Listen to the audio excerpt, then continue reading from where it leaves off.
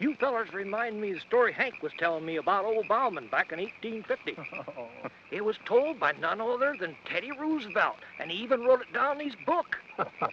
I'm not sure I can tell it like Josh could. Yeah, but he's right. It was told by Teddy Roosevelt. Teddy spent a lot of time in that wilderness and was a hard man to fool with a tall tale. And he said the story was told to him by an old weather-beaten hunter by the name of Bauman, I think it was. Well, Bauman had to believe that story because Teddy noted that every time he told it, he couldn't keep from shuddering. The whole thing happened back in 1850 when Bauman was a young man. Him and his partner was trapping up in the mountains in Idaho. And not having much luck trapping, Bauman and Jessup, not being superstitious men, decided to go up to a particular small stream that was said to have a lot of beaver. But to get to that stream, they had to travel by way of a pass that, it had an evil reputation ever since a year before when a hunter wandered into it and was killed by some wild beast. Well, Bauman and Jessup, calculating that they couldn't get the horses up the pass, traveled on foot till they reached a beaver swamp where they decided to camp for the night.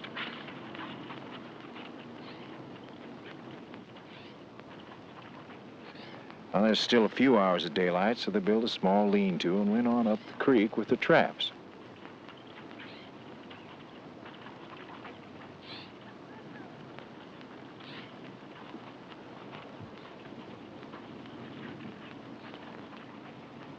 Setting the traps took a little longer than they thought, so they didn't get back to the camp till late in the evening.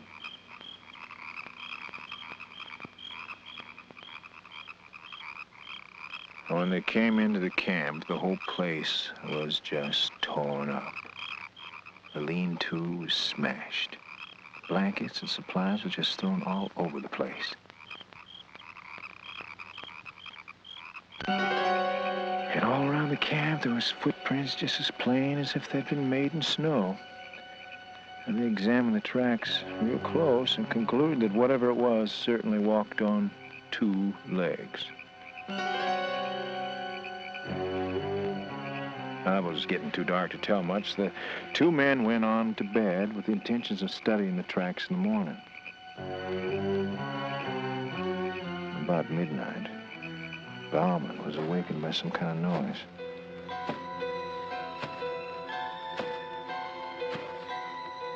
He saw a black shape come across the front of the lean-to. He grabbed his rifle and fired a shot at it. He could not see what it was.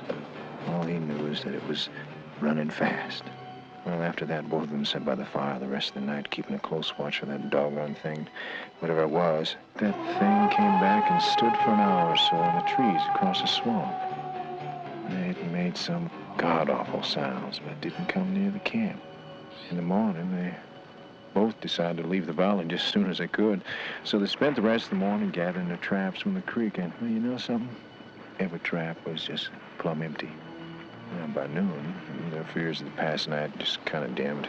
He even seemed a little bit foolish. So since there was only 3 traps left, Bauman volunteered together, and while Jessup went on into camp to pack up the gear for departure.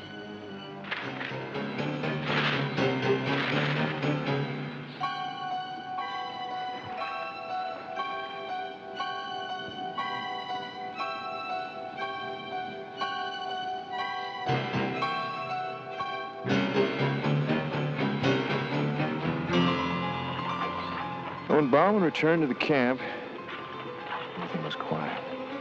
He hollered for Jessup. There was no answer.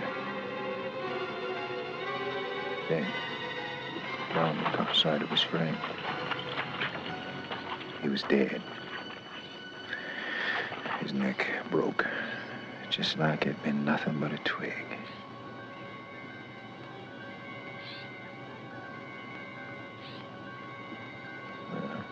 Jessup was dead.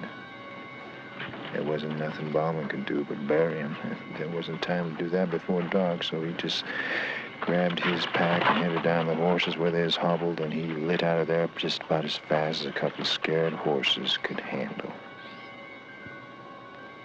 Bauman said as far as he knew, them traps was still up there on the old Salmon River, all Jessup's bones.